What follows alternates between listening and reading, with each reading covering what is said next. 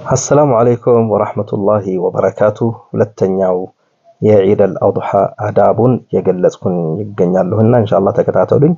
ሁለተኛው አዳቡ ያው ኡድሂያ ነው። ኡድሂያ እዛው ገለጽ አድርጌው ነበር፣ ግን ኡድሂያ በጉም ታርዶ ያው እርዱን ለሶስት ይከፈላል ማለት ነው። አንዱ ለራሳችን፣ አንዱ ለጓደኞቻችን፣ አንዱ ደግሞ ለምስኪኖች። ስለዚህ በሶስት ተከፍሎ ነው የሚበላው ማለት ነው። ስለዚህ ሰግደን እንደመጣን ጥብስ እንበላለን ምናምን ብዬ ነው የገባሁት።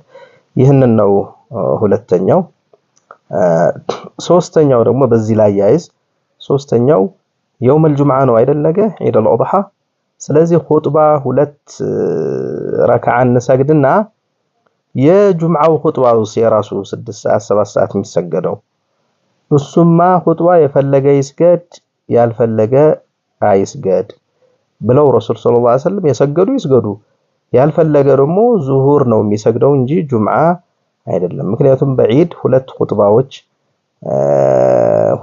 ሁለት ኹጥባ ማለት የዒድ ኹጥባ አለ፣ የጁምዓ ኹጥባ ከተገናኙ አንዱን ነው የሚሰገደው። የዒዱን ተሰግዶ የታወቀ ነው፣ የጁምዓው ግን እንዳማራጭ ነው ልላችሁ ፈልጌ ነው። ይሄን ሶስተኛ ክፍል ነው።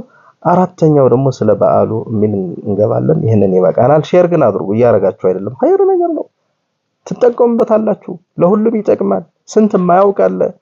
ስለዚህ አደራ እሺ። ሰላም አለይኩም ወራህመቱላሂ ወበረካቱ። ሰብስክራይብ አድርጉልኝ። ላይክ ሼር እያነሰ ነው። ተው እንዳንተዛዘብ።